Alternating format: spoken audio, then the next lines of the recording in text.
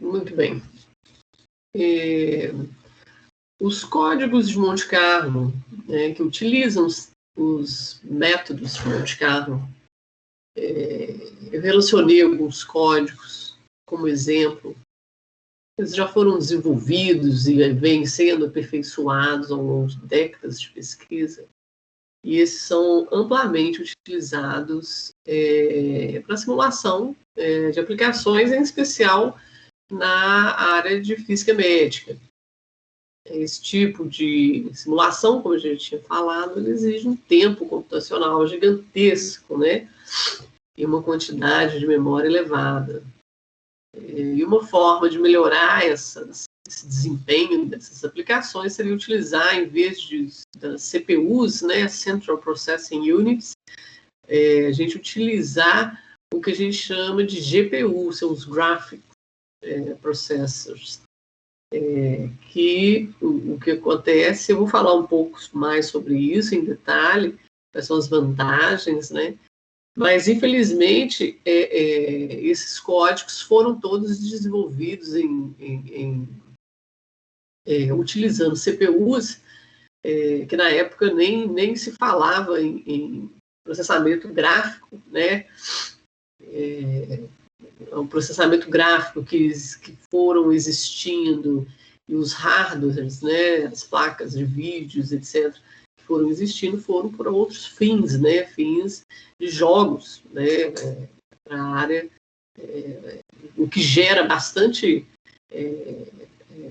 um financiamento muito importante, né, para as empresas que desenvolvem esse tipo de hardware, né? A demanda é muito grande.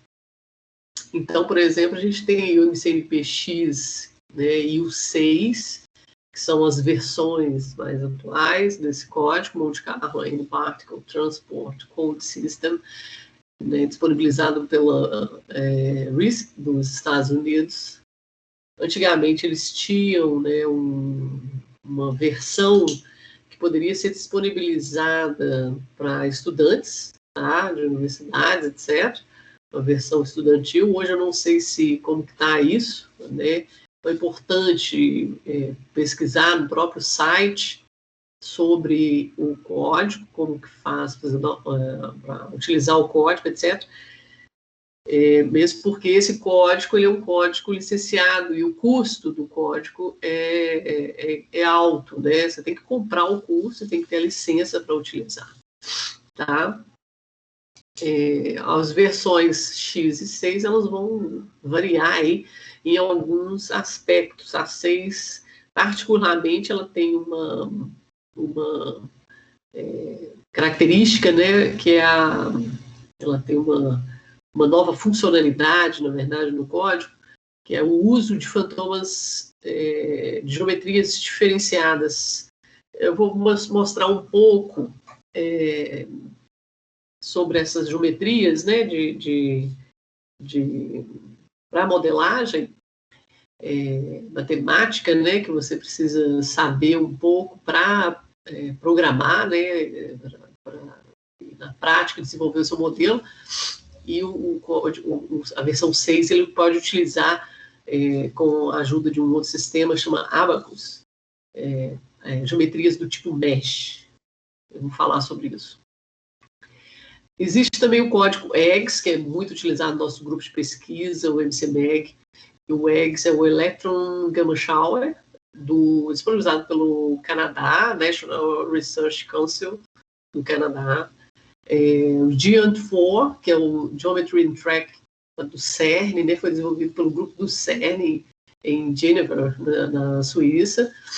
O PENELOPE, que é o Penetration and Energy Loss of Positrons and Electrons, foi desenvolvido no CIEMAT, é um instituto bem conhecido na Espanha.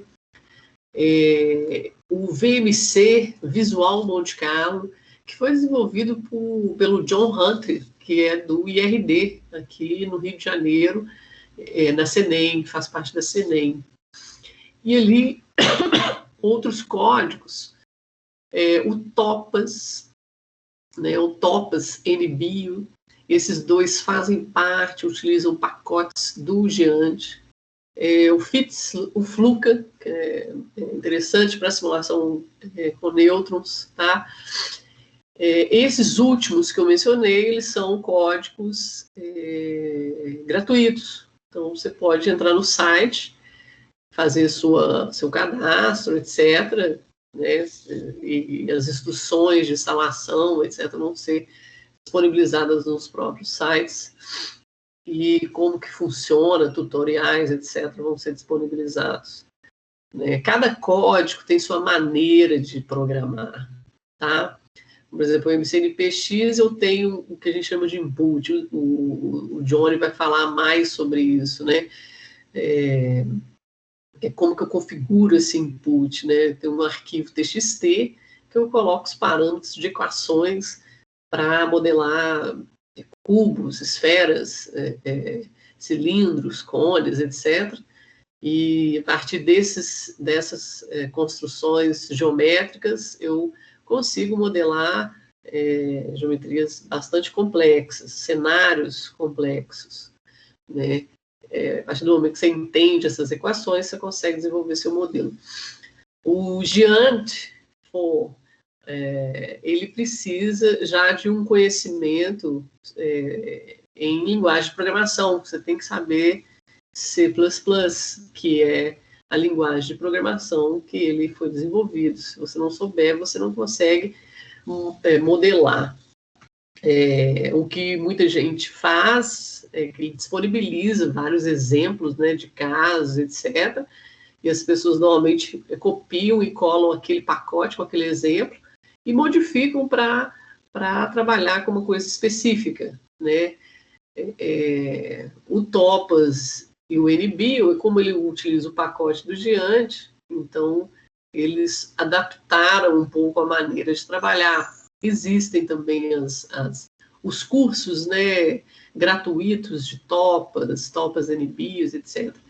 E uma colocação importante que a gente vai ver aí no decorrer do curso é que todos esses códigos, etc., e existem vários outros, né, códigos que utilizam um método de Monte Carlo, um método matemático para fazer simulação, né, de qualquer tipo de cenário que você precise, que todo esse material que a gente tem, ele está todo disponibilizado em inglês. Então, isso é uma das principais características, né, desses cursos. O Topas, ele disponibiliza os cursos, etc. Quem vai dar o curso é um pesquisador, a gente fez o curso com eles, né, há um tempo atrás, os cursos são todos em inglês, esses últimos foram online, meus alunos fazem também. Então, tem que pesquisar na internet, procurar, se inscrever, buscar informações sobre os sites, etc., né? É o que eu vou tentar, que a gente vai tentar começar a colocar no próprio MCMEG, essas informações, tá? A gente está criando um site do MCMEG, e no site a gente disponibilizar essas informações e links, né, para esses cursos gratuitos, tá? Isso é importante vocês fazerem. Aqui eu vou falar um pouco da geometria, bem geral. Então, o que a gente conhece como Constructive Solid Geometry, CSG, tá? É uma maneira, né, que esses códigos de transporte de radiação utilizam para a gente criar o mundo, né, criar o nosso universo, criar o nosso cenário. Aqui, não sei se está aparecendo bem aí, mas essa parte aqui o Johnny vai falar melhor para vocês, mas é só como título de exemplo, e isso está no manual do MCNP, né? Esse aqui está do manual do MCNP. Eu tenho as equações para plano, esfera, cones, cilindros, e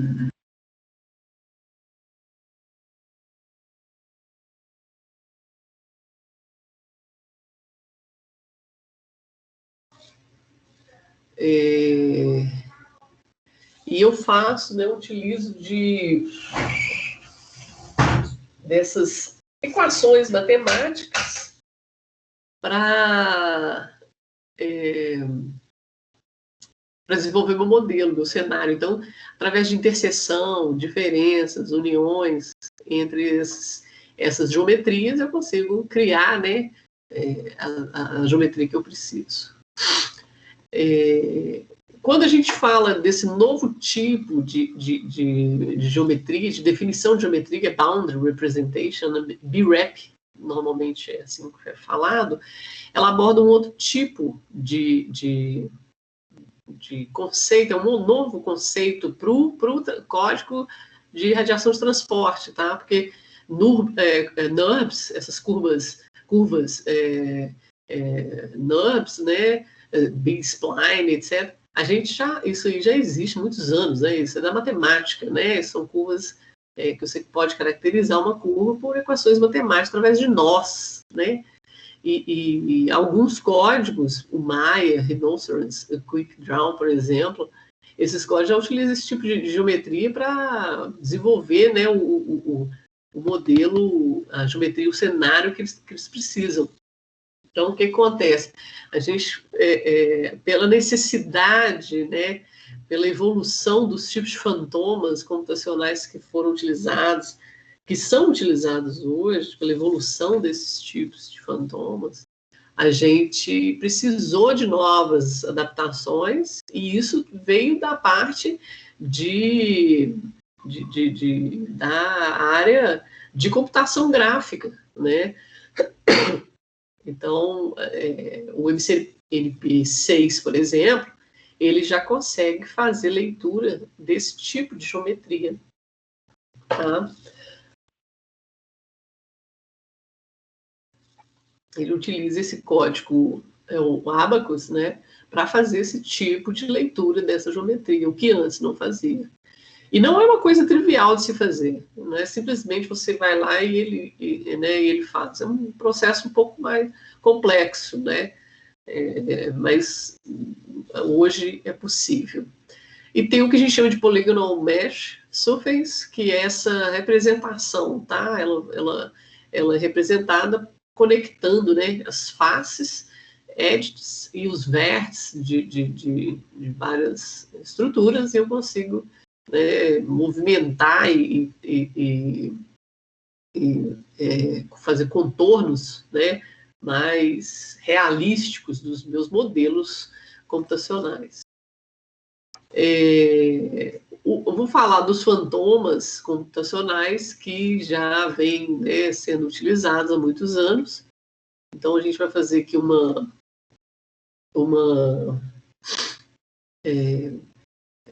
falar da história, né, dos fantomas, de como que eles existiram, né? Em 1987, esse ORLM aqui, que é o MIRD, né?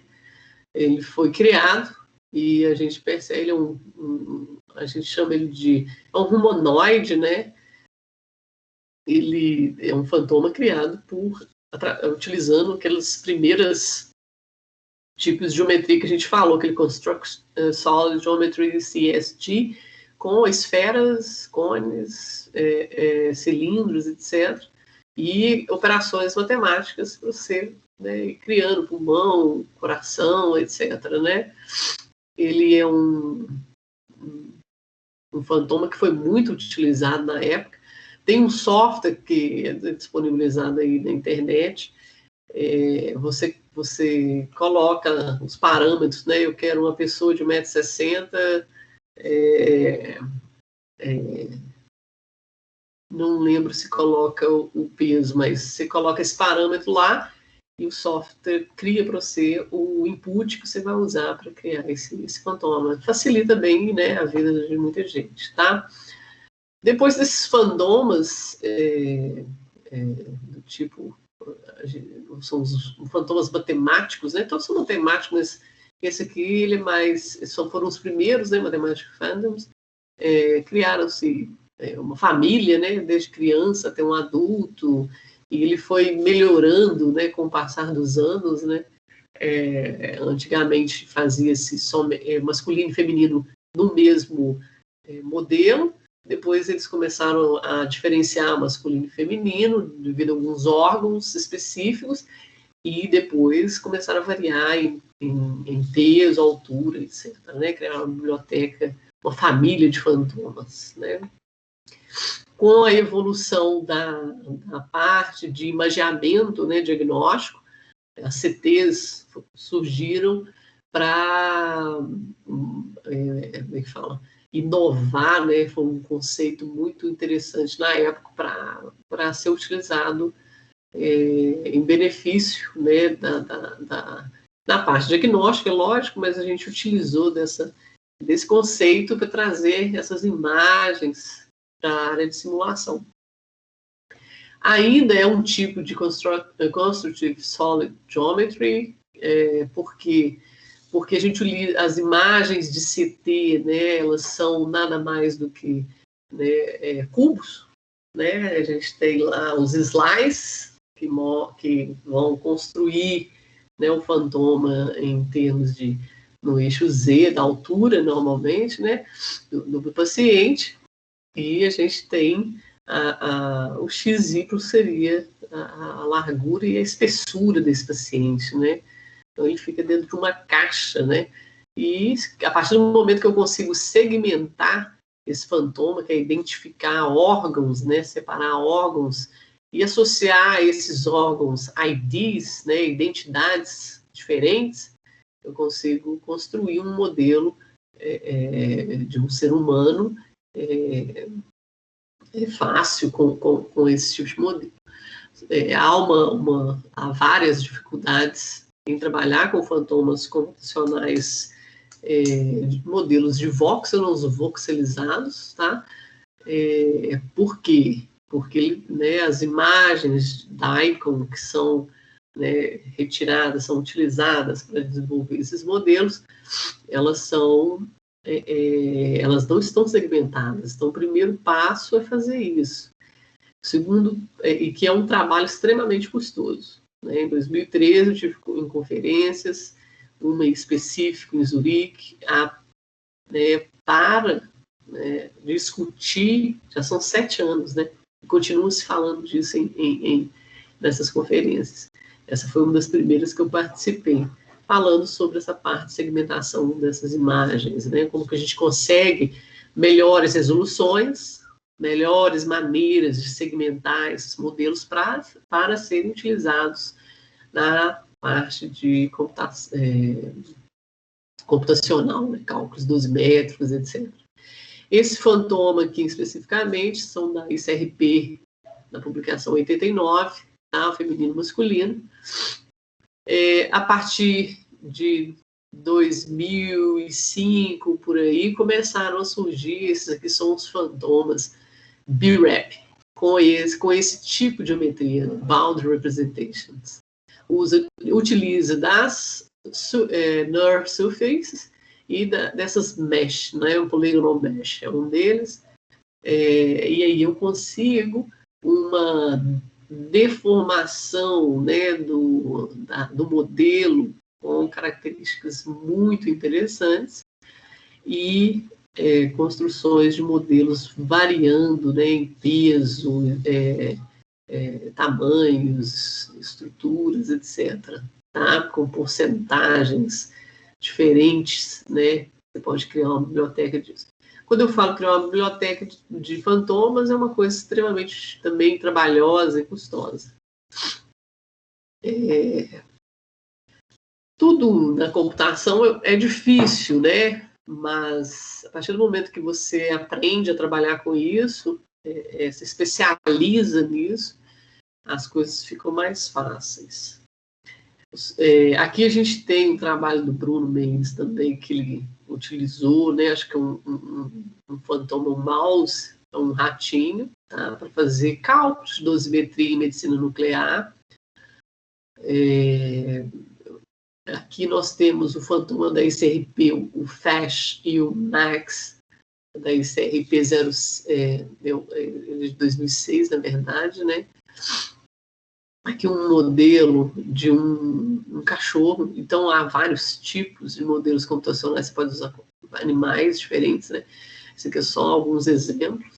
Hoje a ICRP tem o que a gente tem os modelos AF e o AM, né, da ICRP 110, tá?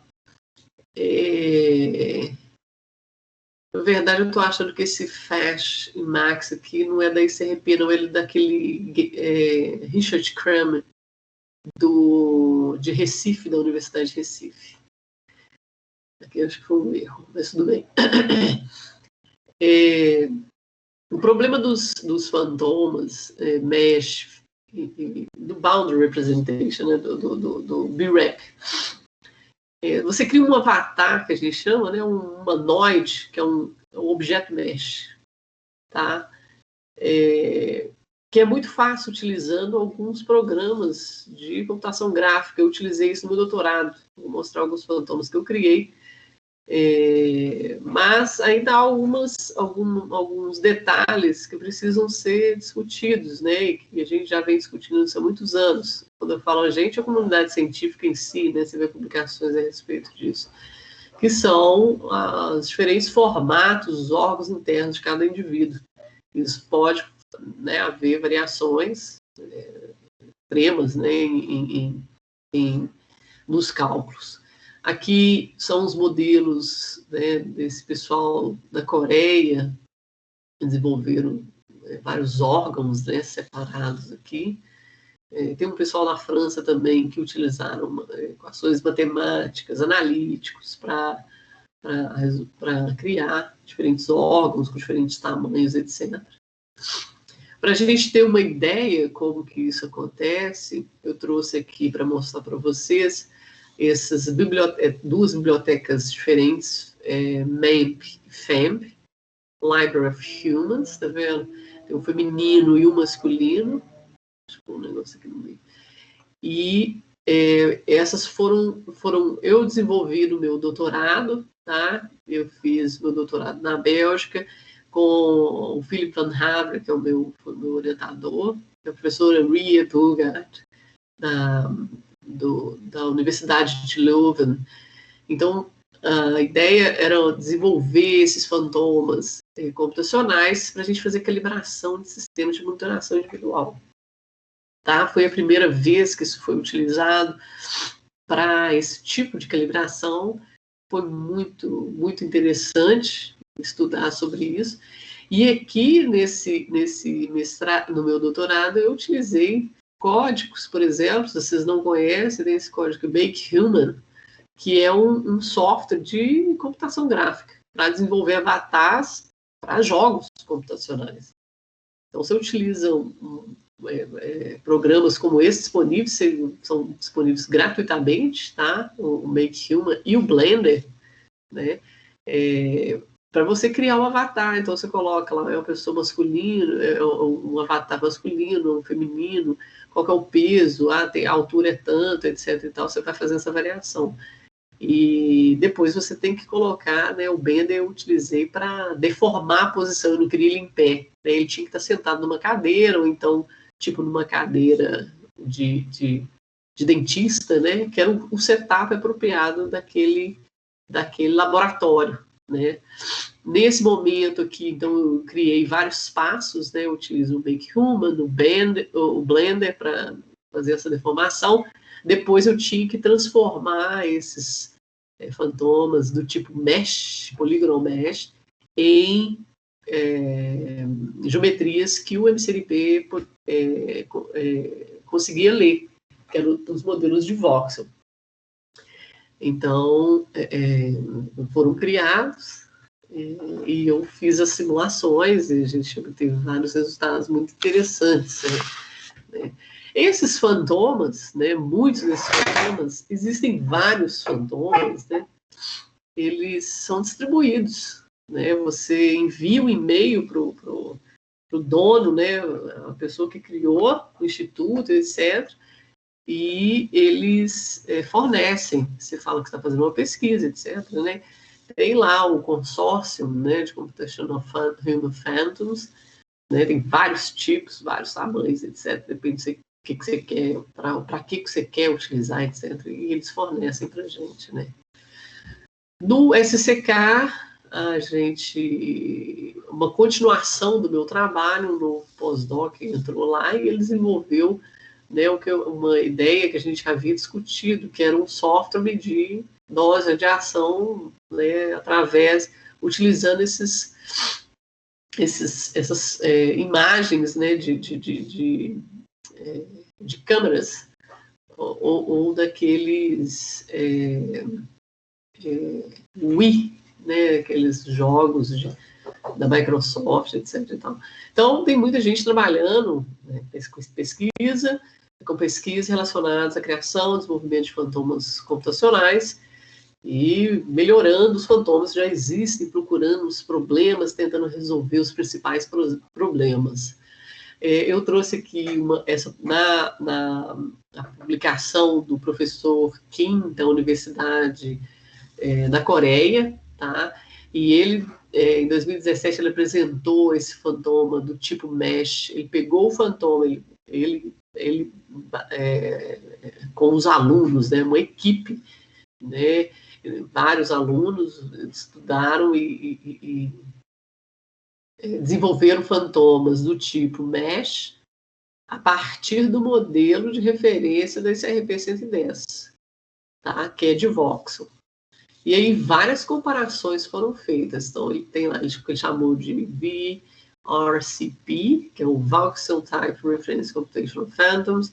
Ele criou lá o Mesh Type Reference Computational Phantoms, chamou de MRCPs, e ele desenvolveu com o intuito, né, de melhorar, né, as limitações desse fantoma de voxel aí, da ICRP, o masculino e feminino. Uma das principais limitações é a camada da pele, né? A nova camada de pele desse fantoma vai de 10 a 300 micrômetros, né? Então, e os modelos de veias, artérias, etc., dos fantomas, que ficaram muito mais refinadas, né? E eles fizeram vários testes utilizando o GIANT, o FITS e o MCNP6, utilizando esse Abacus para fazer essas simulações e verificar, né, quais seriam as diferenças, né, entre esses fantomas. O que ele chamou lá, ele fez os cálculos, né, utilizando 12 coefficients, que ele chamou de DC aqui, né?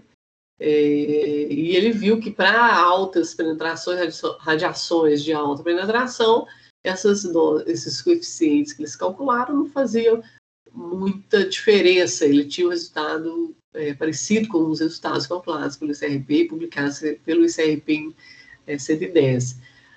Mas quando foram, né, tratados para weak penetration, né, que é a radiação de baixas energias, eles aí sim grandes diferenças foram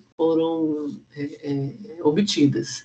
Aqui um modelo, um exemplo, né, a órgãos da respiratory tracts, né, e as dimensões desses fantomas, dessas estruturas, né, que são muito interessantes, tá? Você vê o pulmão aqui com a definição, resolução excelente, né? Aqui as veias e artérias de um dos fantomas, e aqui as resoluções para cada esse aqui do fantoma tipo MESH, e os voxelizados para diferentes tamanhos de voxels, tá vendo? Então, eles fizeram, inclusive, alteraram a resolução dos voxels dos fantomas da SRP para ver as diferenças, né? E um dos problemas a respeito disso são o tempo computacional, que a gente chama de drawbacks, né? Que são os problemas. Então, utilizar métodos de Monte Carlo, né, com fantomas computacionais ainda não é uma coisa trivial, mas é possível e fazemos o uso disso há muitos anos. A ideia é sempre, né, existir pessoas interessadas que querem estudar, melhorar esses modelos já existentes, né?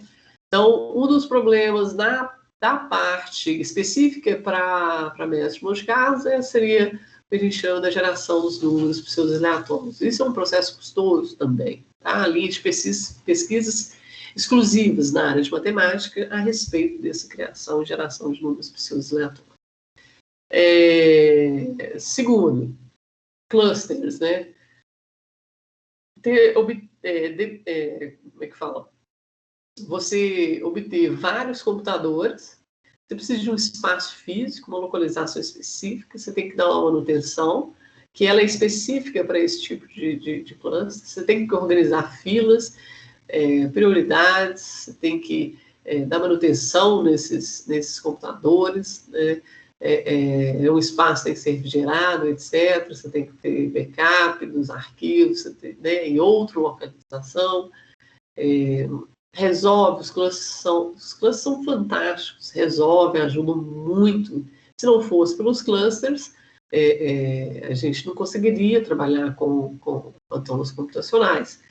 E não só fantomas computacionais, né? A gente fez uma pesquisa com um aluno na parte de câmara de extrapolação, radiação beta, transporte de radiação beta é um processo extremamente custoso. A gente usa fantoma para fazer isso. A gente utiliza um modelo muito simples, na verdade, um cilindro e uma fonte beta com uma energia específica, colocada a uma distância específica dessa câmara. Como é a partícula beta atravessando o ar, né, eu precisei, né, a gente precisa de ter clusters para fazer isso. Senão, isso não é possível num computador comum. Tá?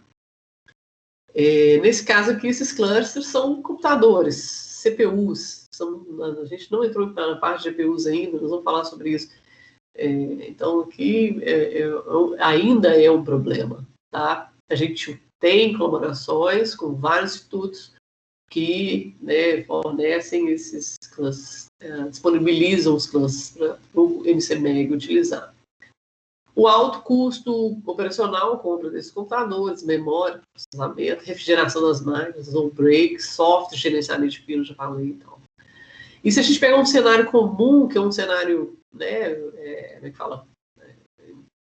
Que hoje a gente tem usado bastante, a gente está vendo vários projetos aí na Bélgica, com a Alemanha, etc., para desenvolver esse tipo de simulação aqui, para a medicina nuclear. Então, o cenário seria contaminação externa com fluor 18, né, normalmente utilizado em imaginamento médico. Tá? Simulação, cálculos de dose, S-values, por exemplo, em todos os órgãos do fantoma. Olha esse fantoma aqui, ó, o exemplo. Golem e a Laura. Tá?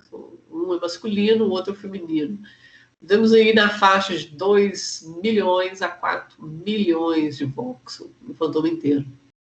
Então, como que isso acontece, né? Se eu coloco a partícula, né, a fonte, eu já tinha o fluor 18 no cérebro desse fantoma, e falo assim, eu quero calcular a dose lá no coração, né? Essa partícula que está lá no cérebro, o Monte Carlo, o que ele tem que fazer? Ele tem que gerar um número aleatório, que ele vai falar assim, esse número agora vai ser as coordenadas da qual eu vou utilizar para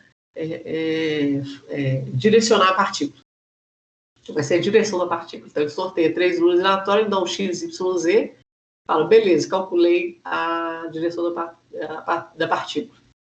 Então, a partícula lá do fluor 18, com energia específica, vai atravessar um voxel dentro desse fantoma. Quando ela atravessa um voxel desse fantoma, ela vai chegar no próximo voxel. O que o sistema tem que fazer? Que material que é esse próximo voxel? Esse é um material diferente do anterior. Então, eu tenho que ir lá na biblioteca de seção de choque de fótons para essa energia. Aquelas bibliotecas de interação, probabilidades de interação, efeitos COMPS, fotoelétrico, etc. E verificar qual é a probabilidade daquela partícula, né, interagir naquele voxel com aquela densidade, com aquele material, e qual que é a energia que essa partícula vai perder, porque ele vai ter que rodar novamente, pegar mais 3 coordenadas, ir para o próximo caminho, para a próxima direção, e fazer o mesmo processo com a nova energia, né? Então, você imagina, em 4 milhões de voxels, qual é o tempo computacional para ele, no código, executar isso tudo, tá? A gente usa o cluster do Orion, né? Que são 37 máquinas AMD, tá?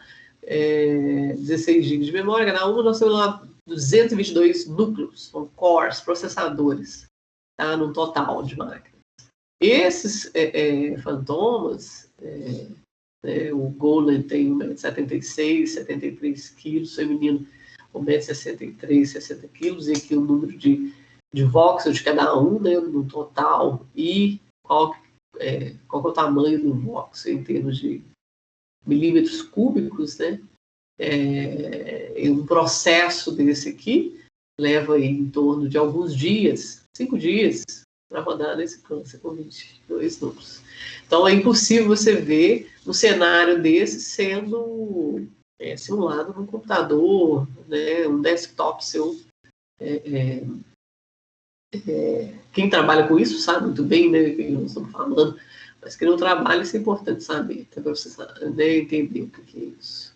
Bom, sobre os fantomas que o Kim, né, Dr. Kim, lá da Coreia, Universidade de Coreia, a gente inclusive tem uma colaboração com eles, porque a gente já baixou os fantomas deles, e a gente vai começar a trabalhar com esses fantomas. Então, tem essa demanda, né? A gente precisa, como é que fala, de sempre atualizar os fantomas, os quais a gente vem utilizando para melhorar os nossos resultados computacionais. Então, aqui eles criaram lá, como eu falei, eles alteraram a resolução, alteraram a dimensão dos voxels do ICRP. Você percebe que a resolução ela vai diminuindo, né? Então tem aqui uma resolução muito boa, etc. E tal, até ele chegar no que ele chama de mesh, tá? E aí ele fala assim, então qual que é o tempo de inicialização para simular um fantoma desse? Primeiro, para eu colocar um fantoma desse e abrir no MCNP, por exemplo, aqui, né, eu vou precisar de 19,5 minutos para eu visualizar esse fantoma. Isso aqui é no computador, deixa eu ver se ele colocou aqui, aqui ó, um computador típico, né, de 16 GB, ou 32, ou 64 GB, vamos pôr assim. Né, um PC normal, Dell XPX, tá vendo? E qual que é, em termos de gigabytes, a memória que é requerida para a gente ler esse modelo? 5 GB, só para o MCNP. O Giant e o FITS, eles trabalham de formas diferentes, tá vendo? O Giant é um código que eu sei que ele facilita bem essa parte, né? Ele tem uma velocidade na parte de simulação. Ele e o EGS, né, são totalmente diferentes da maneira de simular, né, os algoritmos utilizados pelo MCNP e outros códigos, todos são diferentes, né? Há características, a gente pode ter aulas posteriormente, um curso, né, ano que vem a gente pode explicar melhor sobre esses tipos essas diferenças, né? Agora é um curso mais básico, a gente vai focar na parte geral, né? Então vamos só mencionar sobre essas questões, que eles são diferentes, né? Para a leitura de um fantoma aqui de 0,6 milímetros, né? O tamanho de box, por exemplo. Ele só não especificou quantos gigas foram utilizados para cada um. Aqui eu achei que ficou um pouco difícil de entender aqui, mas eu sei, porque a gente trabalha com o MCNP, o Giant a gente conhece também, o FITS eu nunca trabalhei com o FITS, e a gente sabe dessas diferenças. E aí o tempo computacional para fazer cálculo de dose, aqui eu não estou conseguindo enxergar, por energia, tá? E aí ele mostra algumas curvas, etc e tal, comparando, né, o tempo computacional, a velocidade computacional. No MCNP6, por exemplo, você vê que ele é menor utilizando o fantoma dele, né, que é o mesh, que a curva está aqui embaixo, tá? Para fótons e para elétrons, né, no MCNP, variando em energia. Não, aqui é computational speed, número de partículas por segundo, tá? E no FITS e no Giant. Então, em alguns códigos ele vai apresentar um pouco de diferença, outros não vão fazer diferença, etc. Então, isso tudo foi testado por esses caras, né? Eu conheço os alunos deles lá, um ou dois dos alunos deles eu já trombei com esses meninos, são meninos extremamente, esses geeks, né, que gostam dessa parte computacional e se interessam, né, em ajudar a resolver problemas. Entrando na parte de CPUs versus GPUs, né, houve nos últimos anos um interesse da academia, da parte científica, em utilizar essas GPUs. Né? As GPUs sempre foram utilizadas para jogos, como a gente já falou, né? Para desenvolvimento de jogos, software para a cada dia, né? A NVIDIA, essas indústrias de placas de vídeo, né? Vão desenvolvendo novos hardwares para melhorar, né, a criação de jogos que exigem muito mais da máquina. Tá? Nesse caso aqui, a gente percebe o número de cores, né, de CPUs e GPUs, a diferença. Esses cores, esses processadores, eles estão embutidos na placa, né, GPU. A CPU ainda existe, né? A GPU não vai rodar sem uma CPU, porque a CPU é que administra, gerencia esses dados, né?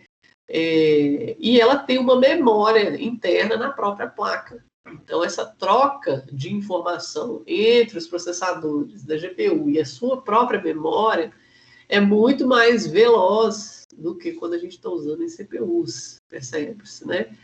Quando essa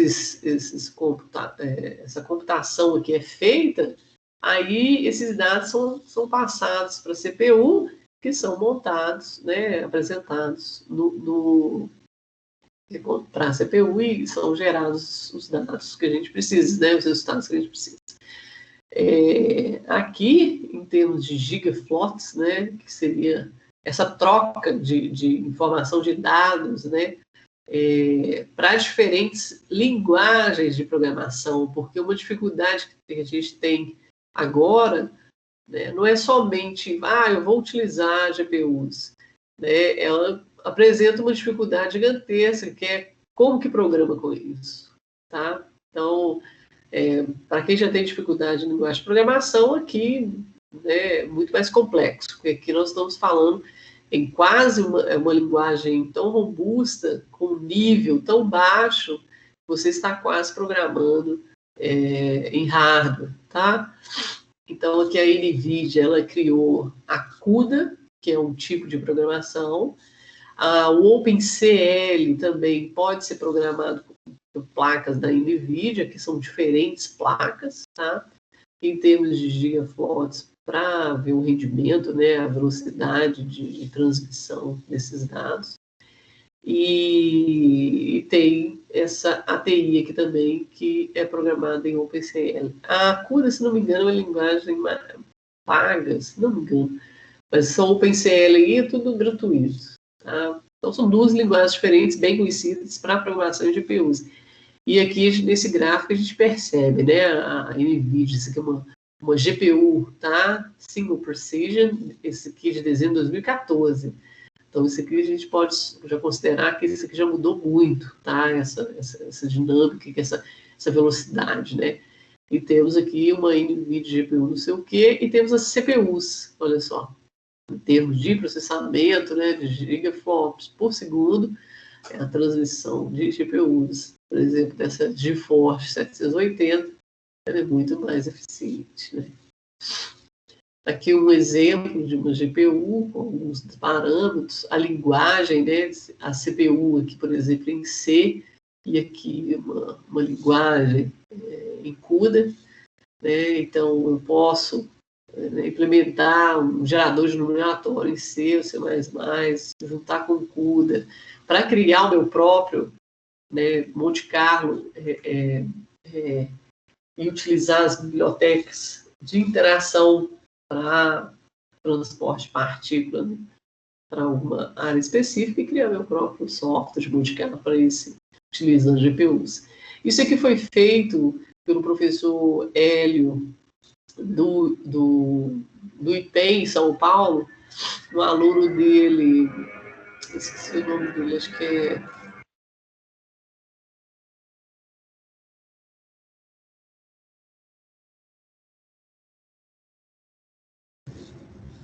Passou um avião aqui desenvolvimento de um software de multicapa para transporte de fótons, estruturas de voxels utilizando GPUs. Foi uma dissertação de mestrado, e eu conversando com o professor Hélio, ele animou a gente a trabalhar junto no projeto de andamento nesse mestrado aqui, para outro aluno continuar a desenvolver, validar esse código, né? Então tem um projeto em aberto para esses cálculos. Aqui algumas outras placas, né, da NVIDIA, da AMD, né? Então você aloca um espaço na memória, você joga para a CPU, isso que eu já cheguei a comentar, né?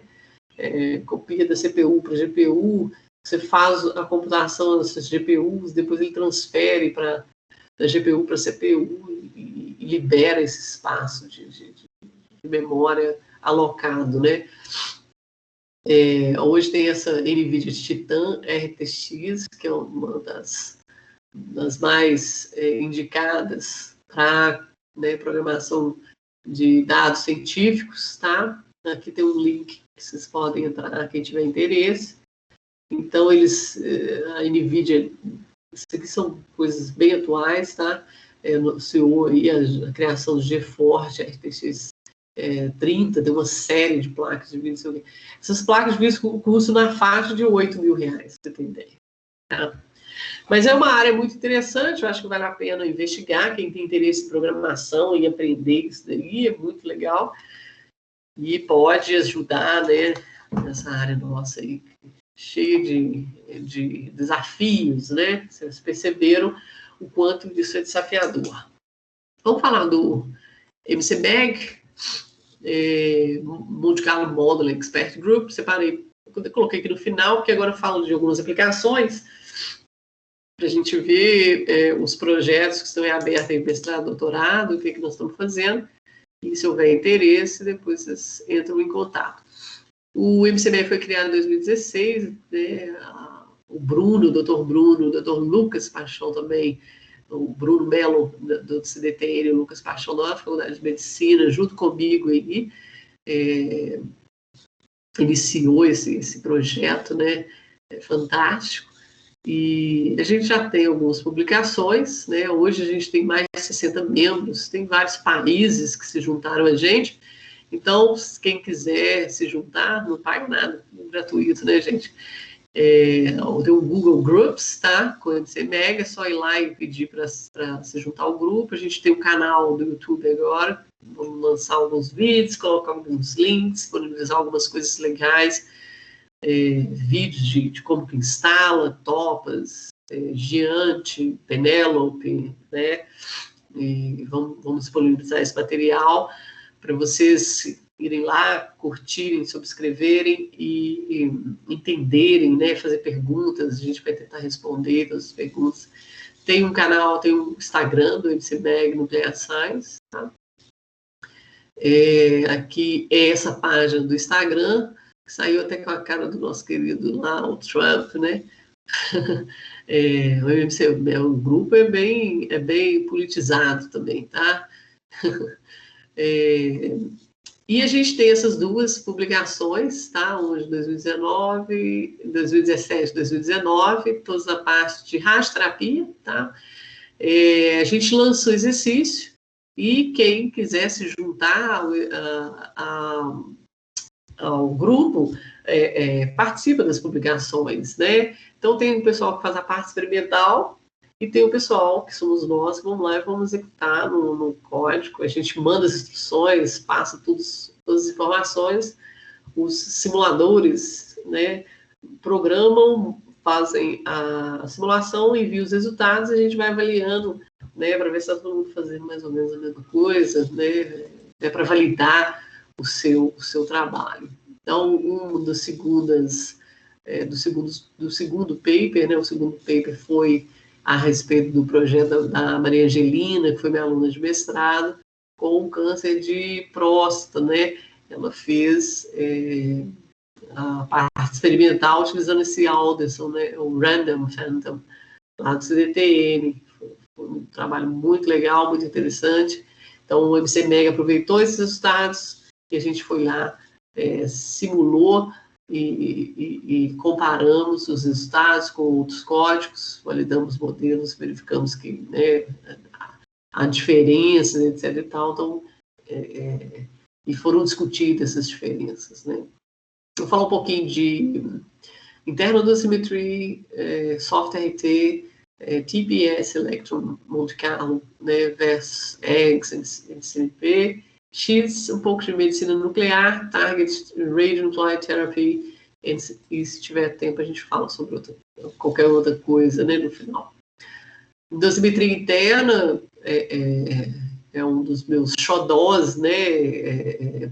Eu trabalhei no meu mestrado todo com dosimetria interna e quando voltei ao Brasil tive o prazer de trabalhar com o pessoal do CDTN, com o Bruno Mello, né? Um pesquisador fantástico, que hoje é o responsável pelo contador de corpo inteiro lá pelo laboratório de dosimetria interna, que faz não só, né, contador de corpo inteiro, mas tem geometrias de monitoração de partes do corpo, né, cabeça, etc.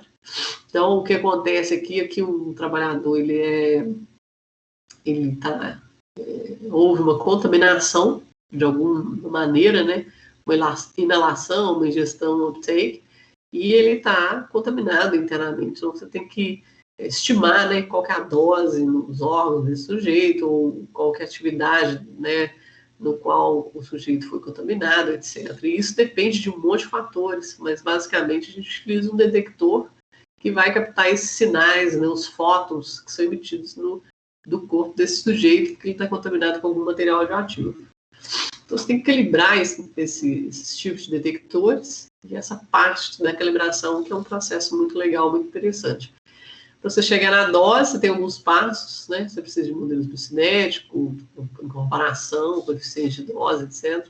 Até você chegar lá na dose do sujeito, né? Então a gente fez trabalhos, né? Uma outra aluna minha, a Fernanda Paiva, em 2015, ela desenvolveu os fantomas, ela fez a parte experimental, né, com o fantoma BOMAP. A gente, inclusive, criou um novo fantoma, uma colaboração com o pessoal do IRD, né, o Bernardo Dantas, também pesquisando muito importante na área de dosimetria interna. E a gente fez lá a calibração com o fantoma de PET, que a gente chamou, e depois nós modelamos essa coisa toda aí, né? Comparamos e publicamos, etc. Então, tem um projeto em aberto para mestrado para a gente utilizar a biblioteca MainFAMP, desenvolvida por mim no meu doutorado, para calibrar um dos equipamentos do LDI, tá? Né? E houve uma primeira ideia de lançar esse exercício no MCMEG. Então, nós vamos ver o que vai acontecer. Esse fantoma aqui, que normalmente esses fantomas aqui da biblioteca, eles não têm órgão interno, não. Então a gente considera como um tipo de material que é soft tissue, tá? Para dentro dele. Beleza. Depois a gente começou a pegar os órgãos dos fantomas da ICRP. Isso aqui eu fiz com o John Hunt lá no IRD, e a gente começou a colocar os pulmões, a tireoide, que eram órgãos que a gente precisava utilizar para a calibração desses equipamentos de dosimetria interna. Depois a gente fez a calibração para sistema de monitoração de crânio, para o FDG, tá? O Bruno fez diversas simulações desse crânio, houveram várias publicações a respeito. A aluna nossa, Kátia Vital, desenvolveu o modelo, né, físico desse crânio, ficou muito interessante, e a gente estava fazendo a última etapa, que seria a parte colocar uma pele desse fantoma e depois enviar para os laboratórios fazerem as medidas, né, e as comparações. De 2030 era só essa parte que eu queria trazer. Eu vou aqui agora para a parte de radioterapia, tá? Soft-RT, um sistema que eu desenvolvi no mestrado, junto com o professor Tarcísio, em 2007. O software é desenvolvido em C++ com OpenGL. O OpenGL para mostrar essa parte gráfica, né, as rotinas de modelagem, de visualização tridimensional, tá? Então, o software, basicamente, ele simula um protocolo de MRT, e depois ele mostra numa janela os feixes, né, de doses, isodoses, né, do próprio modelo, que é muito interessante. Então, tem um projeto em aberto para mestrado, para validação desse software.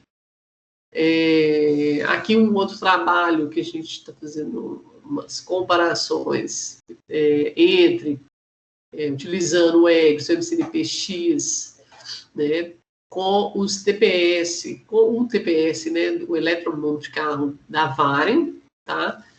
Então, a gente tem os dados experimentais, a gente tem os dados do TPS, e a gente executa os modelos computacionais no Monte Carlo, utilizando o EGS MCDP, e vamos comparar as doses que são encontradas, e a gente faz as comparações, etc.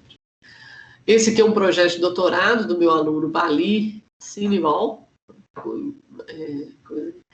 e outros colaboradores, né, de outras universidades, de Harvard, do IPEN, de Missouri, professor Cartier, professor Ian, da Universidade de Califórnia. Então, há um interesse, um potencial interesse na área de medicina nuclear, em target therapy também, em nanodosimetria, né? E esse projeto chama Computational Dosimetry of Targets Radionuclide Therapy para Nanobrag Therapy Using Radioactive Nanoparticles. Ficou gigante, né? Mas um projeto muito interessante. Bali vai defender o Qualify agora em dezembro, já preparando para ir ou para Califórnia ou para Harvard. Vamos ver o que vai acontecer. Então, um projeto bastante interessante. Um dos códigos que agora ele recomeçou, né, a utilizar é o TOPAZ, e o TOPAZ ele cria, né, o Giant 4 também, né, Giant 4 DNA Project também, ele tem esses modelos de DNA, tá? Nucleossom, de DNA, proteínas, etc., e isso aqui seria um feixe de radiação passando por uma fita de DNA ou né, fazendo quebras aqui nesse caso é um RNA double hélices, né? Então ele tem vários modelos já prontos, e esse código ele consegue calcular através de equações analíticas ou Monte Carlo os movimentos brownianos de interação, de criação dessas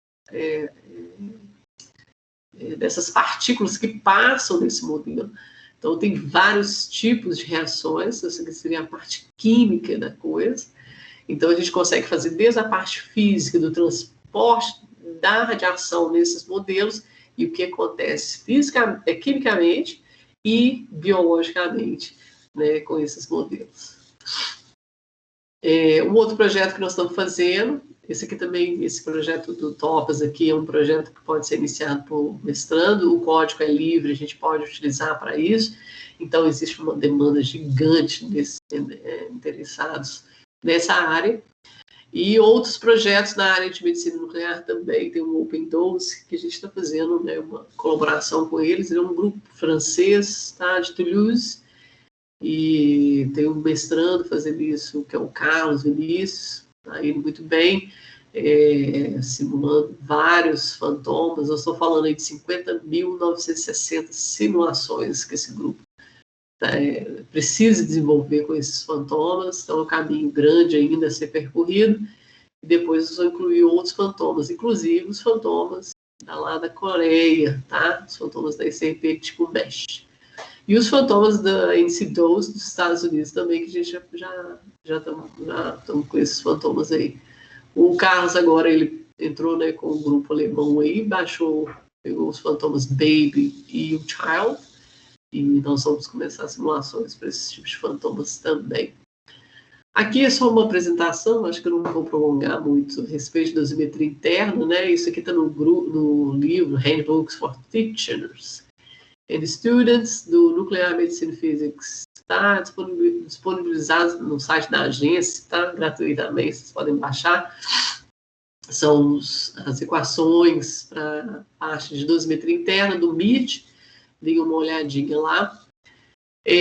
Outros tipos de radiofármacos são de extremamente interesse também nessas novas pesquisas, estão sendo clinicamente testados, estão começando a ser utilizados, tá? Que é o Scandio, tá? Que é um Promise Candidate para teranóstico.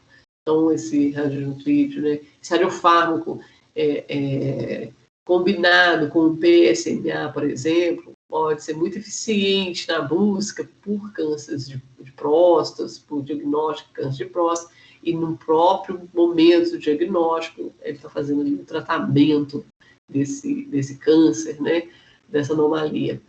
Então, aqui nós temos aqui a colaboração com o Thiago Lima, que está na Suíça, né.